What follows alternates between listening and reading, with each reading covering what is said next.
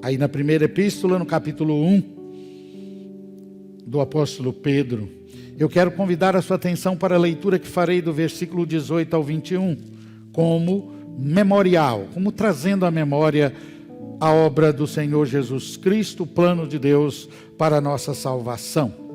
Está escrito assim na eterna palavra do Senhor nosso Deus: sabendo que não foi com coisas corruptíveis, como prata ou ouro, que fostes resgatados da vossa vã maneira de viver, que por tradição recebestes dos vossos pais, mas com o precioso sangue de Cristo, como de um cordeiro imaculado e incontaminado, o qual na verdade em outro tempo foi conhecido, ainda antes da fundação do mundo, mas manifestado nesses últimos tempos por amor de vós, e por ele credes em Deus, que ressuscitou dentre os mortos e lhe deu, para que a vossa fé e a esperança estivessem em Deus,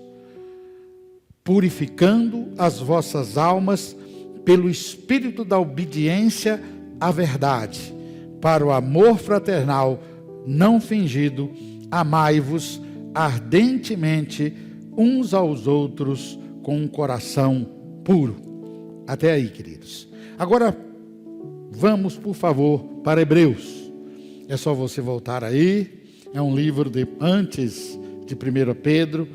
E em Hebreus será o capítulo 9. Também para trazer à memória a questão do sangue de Jesus na ceia do Senhor. Nós leremos aí em Hebreus, no capítulo 9, os versículos 11 a 22 novamente. Capítulo 9, livro de Hebreus, versículos 11 a 22, está registrado assim na eterna palavra do Senhor nosso Deus. Mas, vindo Cristo, o sumo sacerdote dos bens futuros, por um maior e mais perfeito tabernáculo, maior e mais não feito por mãos, isto é, não desta criação, nem por sangue de bodes e bezerros, mas por seu próprio sangue, entrou uma vez no santuário, havendo efetuado uma eterna redenção. Porque se o sangue dos touros e dos bodes e a cinza de uma novilha, aspergidas sobre os imundos, os santifica, quanto à purificação da carne, quanto mais o sangue de Cristo, que pelo Espírito eterno se ofereceu a si mesmo imaculado a Deus, purificará as vossas consciências das obras mortas, para servirdes ao Deus vivo. E, por isso, é mediador de um novo testamento, para que, intervindo a morte para a remissão das transgressões que havia debaixo do primeiro testamento, os chamados recebam a promessa da herança eterna. Porque onde há testamento, é necessário que intervenha a morte do testador. Porque um testamento tem força onde houver morte, ou terá ele algum valor enquanto o testador vive? Por isso também o primeiro não foi consagrado sem sangue, porque havendo Moisés anunciado a todo o povo todos os mandamentos segundo a lei, tornou o sangue dos bezerros e dos bodes com água, lã purpúrea e esopo, e aspergiu tanto o mesmo livro como todo o povo, dizendo: este é o sangue do testamento que Deus vos tem mandado. E semelhantemente aspergiu com sangue o tabernáculo e todos os vasos do ministério, e quase todas as coisas segundo a lei se purifica com sangue, e sem derramamento de sangue não há remissão. Amados, nesta ceia, como não é ceia do Senhor se tomarmos o pão nas mãos e comermos, e o cálice simplesmente isto não é a ceia do Senhor. Nós queremos que você participe da ceia trazendo à mente o poder do sangue de Jesus. Eu disse à igreja que reuniu-se aqui hoje pela manhã, e quero te dizer agora e dizer a você, igreja que está em casa, participando deste memorial da ceia do Senhor, que nós temos nos esquecido dessa questão do poder do sangue de Jesus. Isso foi tão usado, isso era tão pregado, isso era tão cantado na época em que eu me converti, que quase todo crente tinha o hábito de dizer: sangue de Jesus tem poder, quando deparava com alguma coisa. É verdade que muita gente tentava expulsar demônio com poder, dizendo: o sangue de Jesus tem poder, e não é assim que se expulsa demônio. Demônio você manda embora em nome de Jesus, porque é o nome dele que tem poder e autoridade, e pode ser por ele dado a nós o direito de usar esse poder e autoridade que está no nome dele. Mas a igreja de agora, na minha observação, não tem se lembrado do poder do sangue de Jesus. Eu estive olhando as minhas anotações, e eu só falei do poder do sangue de Jesus nesses 21 anos e meio de pastoreio.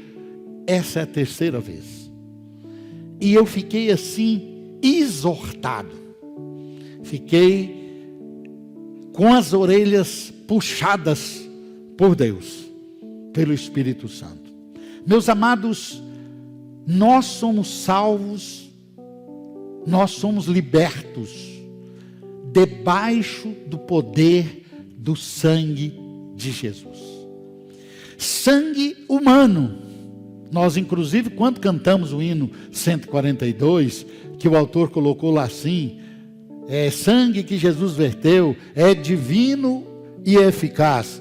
A gente corrigiu aqui no templo, mandamos colocar: é humano e eficaz, porque Deus mesmo não tem sangue não. E o sangue que Jesus verteu, e verteu desde a hora que foi preso, que foi vituperado, que foi chicoteado, esbofeteado, cortado, machucado, arranhado, ele começou a verter o seu sangue, é sangue humano.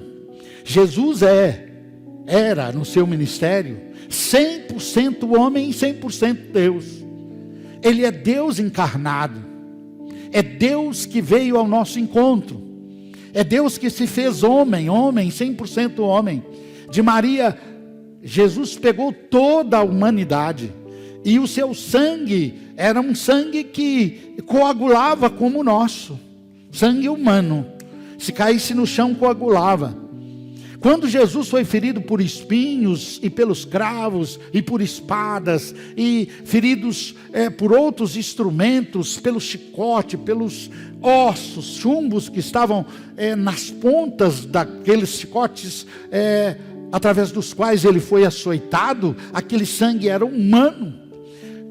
Jesus sentia dor, era 100% homem. Jesus sentia sede. A Bíblia fala dele dizendo na cruz que tinha sede. A Bíblia fala de Jesus assentado, de Jesus dormindo, tendo a sua casa para se recolher. Jesus era 100% homem, e ele se ofereceu, e ele sofreu, e o seu sangue foi vertido dessa forma. O escritor da carta aos Hebreus, que é um profundo conhecedor do judaísmo, ele fala de como o sangue tem poder, de como que o sangue está ligado à nossa salvação. Também disse à igreja aqui, e é muito difícil manter as mesmas palavras, os mesmos raciocínios, mas eu quero me esforçar na essência. Disse à igreja aqui que o evangelho, a nossa fé, o crente em Jesus Cristo, o relacionamento com Deus de fé que salva através de Jesus Cristo, ele é cruento, ele é de sangue. Eu ouvi um teólogo falar, numa das suas aulas de teologia do judaísmo, que o cristianismo, a nossa fé, cristianismo verdadeiro, não é esse cristianismo de rótulo, de placa aí não, é considerado uma religião do sangue. A palavra religião vem do latim, é do verbo religare, é a forma de crer, de viver com Deus, de conviver com Deus, que te religa a Deus, uma vez que a raça humana foi desligada no Éden pelo pecado. E o religamento a Deus é uma doutrina sangrenta. Prestem atenção, eu não posso me ater, esse texto é riquíssimo, prometo voltar nele, quem sabe fora de ter relógio em cima do púlpito. Vocês nunca viram tirar o relógio e pôr em cima do púlpito, e eu tenho feito isso. Mas olha só, lá, a ceia nasceu numa reunião de Páscoa, e lá na Páscoa, Jesus anuncia esta religião do sangue, Deus, porque ele diz assim: eu vou mandar uma maldição, eu vou mandar a morte sobre os primogênitos do Egito. E falou para Moisés assim: anuncia isso, prega isso.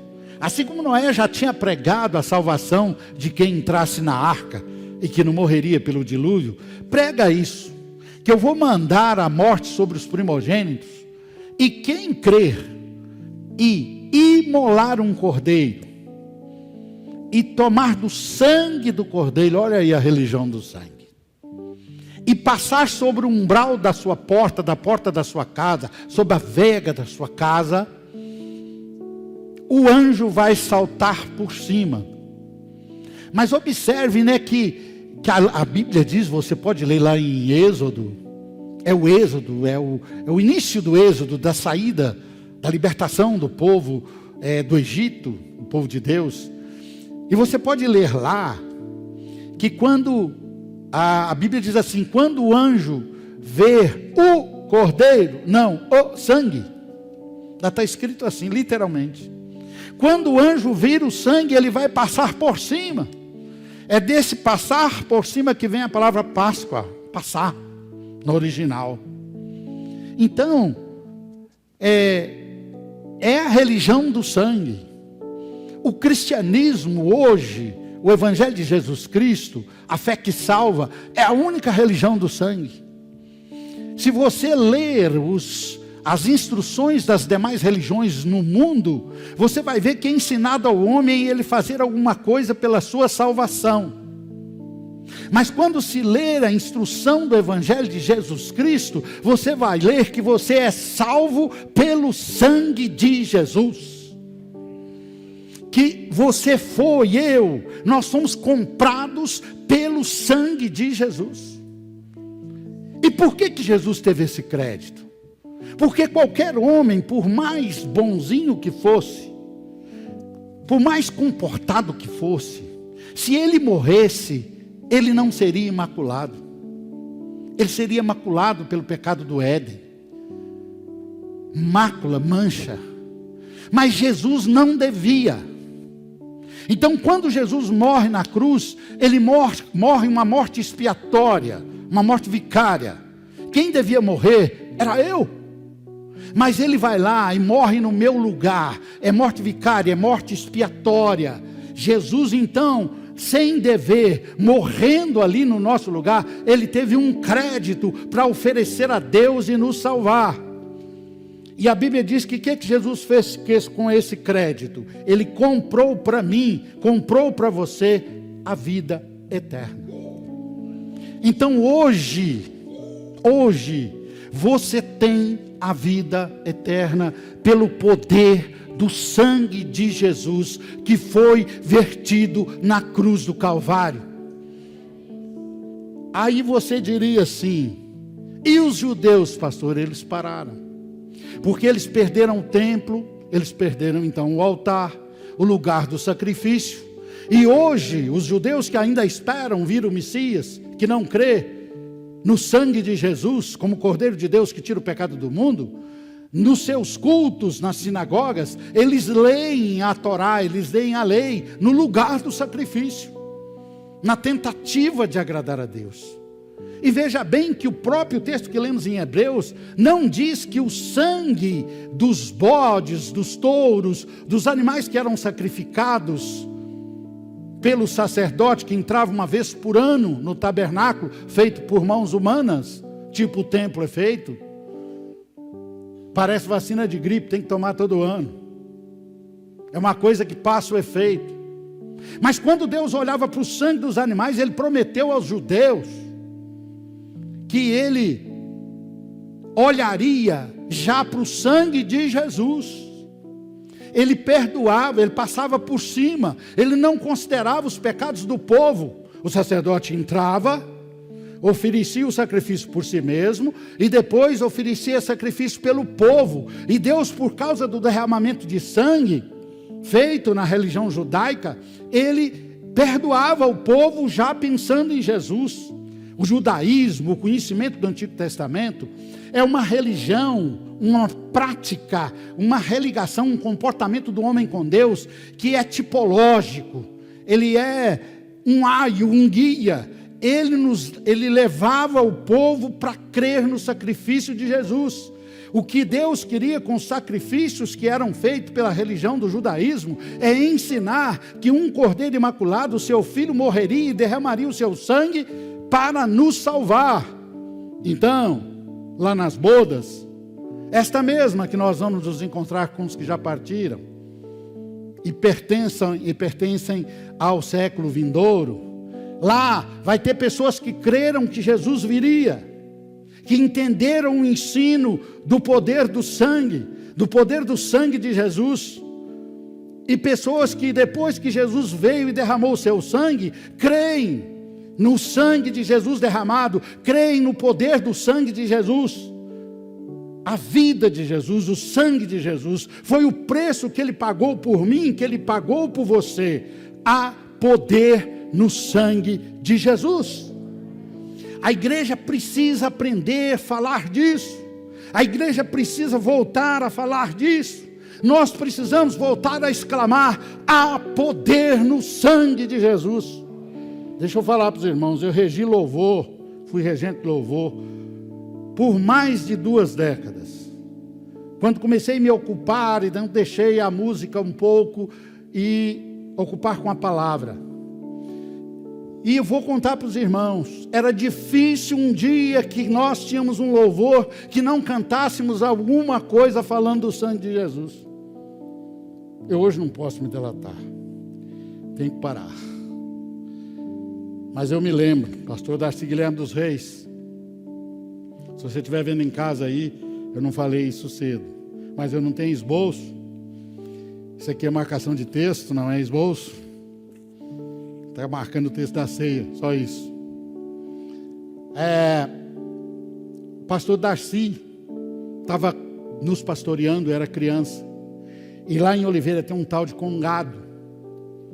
Homem, mulher que veste de homem, bota boné, sai batendo umas caixas, cantando. Feio, um canto feio, é uma zoeira. Uma bateção de caixa sem ritmo, horrorosa. E fazem um negócio de bambu que lá na minha cidade chama reco-reco. E nós congregávamos numa oficina mecânica que tinha um portão do tamanho daquela porta da entrada do templo. E o pastor Darcy, ele não conhecia isso. E ele estava lá nos dando assistência. E deu no domingo que o tal do congado passou lá. E tinha uma ponte. O portão terminava, começava uma ponte num córrego. E o congado de lá, não sei se é de todo lugar, que tem essa miséria para todo lado. Acho que até aqui tem, eu nunca vi muito, mas parece que tem. Ele não passa de frente, ele passa de ré. Ele faz um caracol assim e passa a ponte de ré, porque estão da fé dele. E eles começaram a fazer aquilo assim. O pastor Darcy era músico, clarinetista de primeira. Clarinete aí é o Pedro, né? Era um clarinetista assim, que a gente gostava de ver tocar. E ele tocava durante o culto, a clarinete estava assim, o púlpito era uma mesa quadrada. E ele pegou o clarinete e falou: irmãos, o sangue de Jesus. E a gente conhecia um corinho petitinho, chamava: o sangue de Jesus tem poder, oh, tem poder. O sangue de Jesus tem poder, oh, tem poder. E ele pegou o clarinete e nós, o caracol desfez e Ezó passou de frente. Eles assustaram com o sangue de Jesus, que a igreja começou a levantar, levantou, ficou de pé e começou a cantar.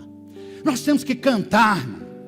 Temos que cantar, nós temos que falar, nós temos que escrever, nós temos que vibrar, nós temos que citar na nossa oração, nós precisamos levantar dizendo: o sangue de Jesus tem poder, o sangue de Jesus cura, o sangue de Jesus salva, o sangue de Jesus é um preço alto que Deus pagou por mim, pagou por você e nos readquiriu.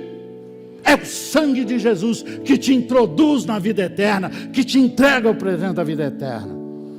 Que ao tomar hoje nas mãos o pão, que ao tomar o cálice hoje nas mãos, você se lembre: o sangue de Jesus tem poder, tem poder. Poder para curar, a gente até canta, né? Aquele corinho que eu gosto de cantar nas campanhas, só canta nas campanhas, tem que largar de cantar em todo culto. Poder para curar, poder para salvar, e expulsa demônio também.